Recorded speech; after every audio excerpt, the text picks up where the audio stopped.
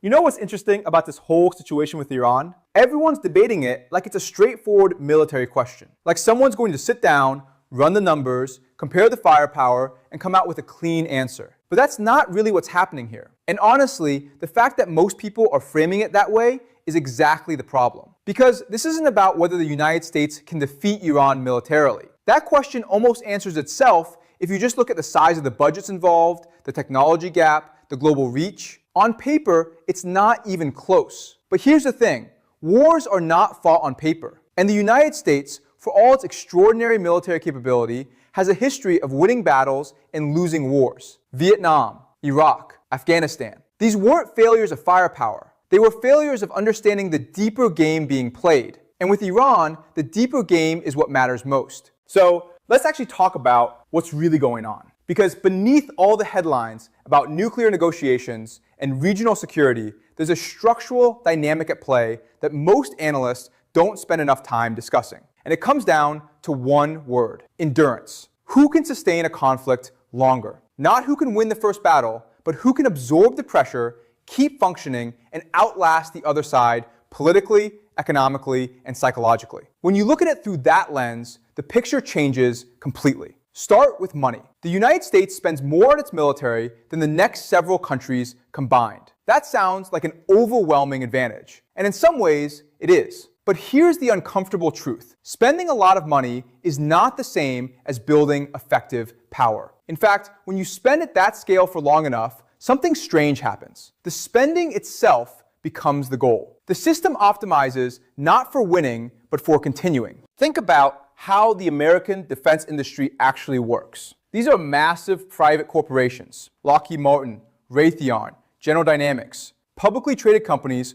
with shareholders, quarterly earnings, stock prices, and they make money through government contracts, long-term, expensive, complex government contracts. Now ask yourself, what's the incentive structure here? Do these companies benefit from wars ending quickly and cleanly? Or do they benefit from conflicts that are prolonged, that require more equipment, more replacement parts, more upgrades, more spending? The answer is obvious, and it's not a conspiracy. It's just how incentive structures work. When you build a system where profit depends on continued conflict, you shouldn't be surprised when the system produces continued conflict. You get weapons programs that take 15 years to develop, fighter jets that cost hundreds of millions per unit, missile defense systems that are technologically impressive but brutally expensive to operate. And you end up in a situation where the machinery of war becomes its own justification. That's the first layer of the trap. The second layer is the asymmetry problem. And this is where Iran is genuinely clever.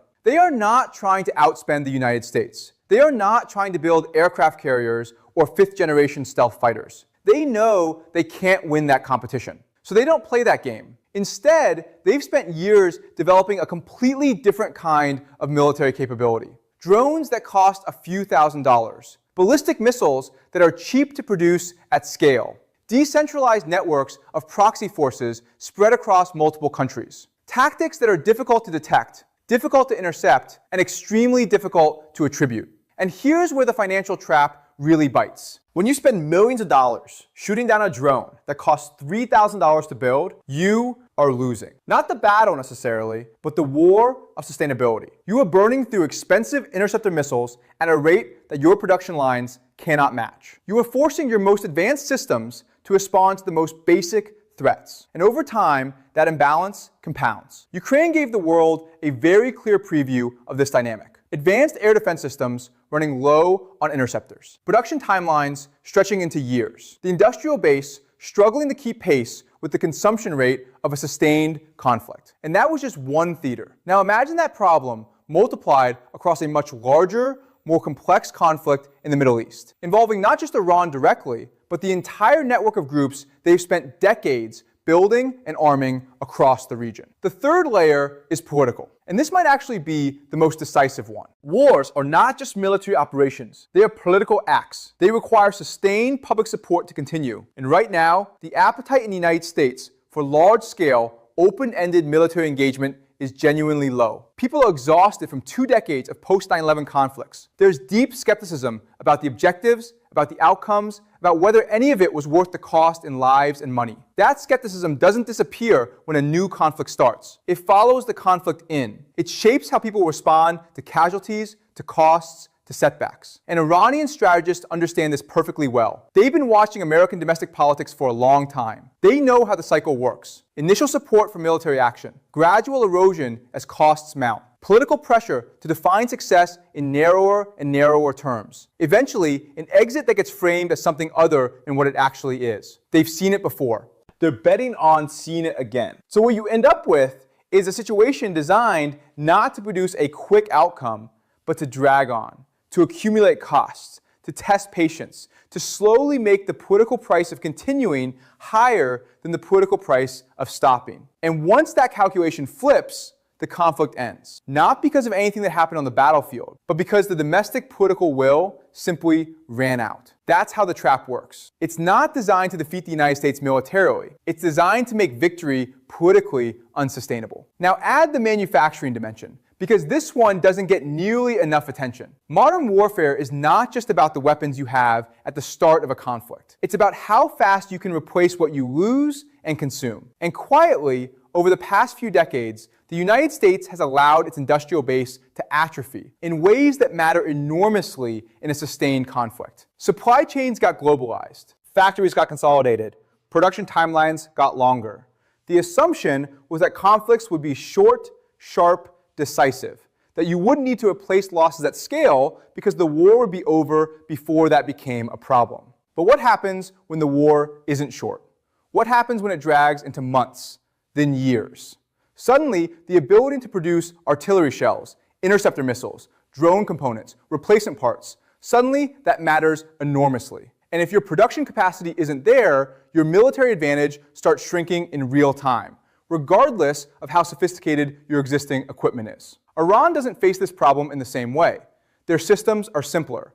Their supply chains are more localized. Their production costs are dramatically lower. And that means in a war of attrition, they can sustain their operational tempo more easily than an opponent who depends on complex, expensive, slow-to-produce systems. And then there's the regional dimension, because Iran isn't operating alone. It's the center of a network that spans Yemen, Iraq, Syria, Lebanon, Gaza. Each of those nodes represents an additional front, an additional pressure point, an additional drain on American and allied resources. Dealing with any one of them in isolation is manageable. Dealing with all of them simultaneously, coordinated, persistent, is a completely different problem. It disperses the tension. It multiplies costs. It makes every escalation decision more complicated because you can never be sure where the next response will come from or what form it will take. This is what strategic depth looks like. Not territory, but complexity. Not a single strong army, but many distributed threats that feed off each other and reinforce each other. And here's the piece that sits underneath all of this. The one that makes the trap truly dangerous in a long-term sense. Perception. In geopolitics, what the world believes is happening is often just as important as what is actually happening. If the United States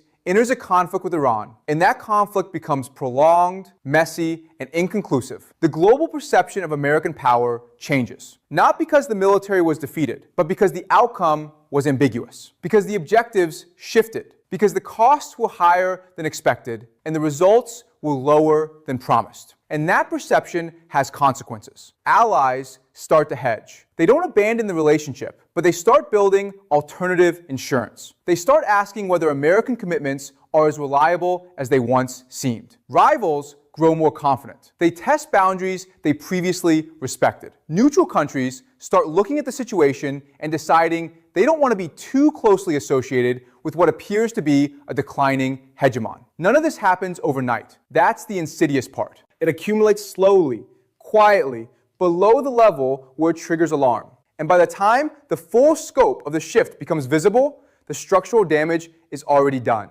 That's the real trap. Not a military trap, not even really a financial trap, though those elements are real. It's a strategic trap. A situation where every response available to the United States carries its own cost. Escalate, and you increase the financial and political burden. De-escalate, and you signal weakness. Stay engaged indefinitely, and you drain resources while achieving ambiguous results. Step back, and you create a vacuum that someone else will fill. There's no queen option. Every path has a price. And the question of which price is most worth paying requires a kind of strategic clarity and political honesty that is genuinely difficult to sustain in a democratic system dealing with short election cycles, polarized politics, and a media environment that rewards drama over depth. Historically, this is how great powers get into trouble. Not through one catastrophic defeat, but through a slow accumulation of overextension. A series of commitments that individually seem justified, collectively become unsustainable. The power doesn't collapse suddenly. It erodes, gradually,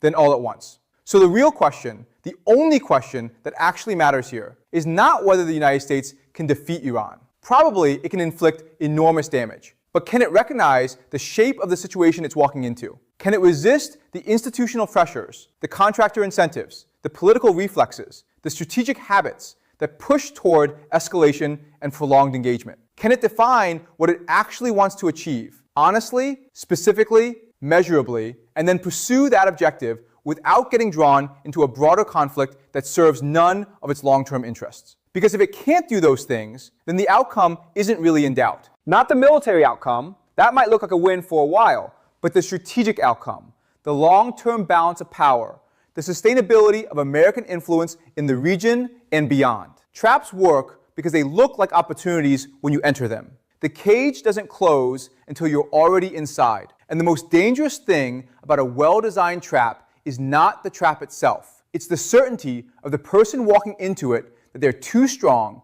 too smart, too powerful to be caught. That certainty is exactly what the trap